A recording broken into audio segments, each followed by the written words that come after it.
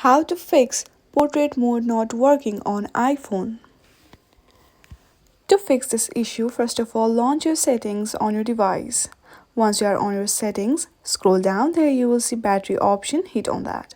From here, you need to make sure that low power mode is toggled off. Once you check that, go back to the settings homepage again. Now, scroll down there, you will see camera option, simply tap on that.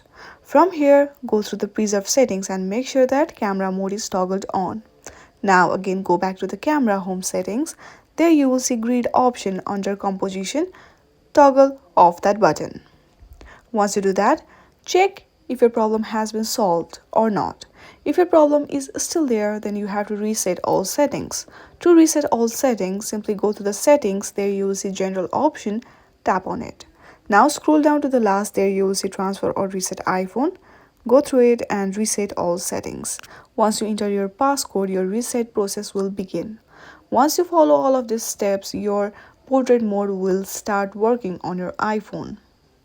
I hope you like this video. If you like this video, then please do not forget to like and subscribe.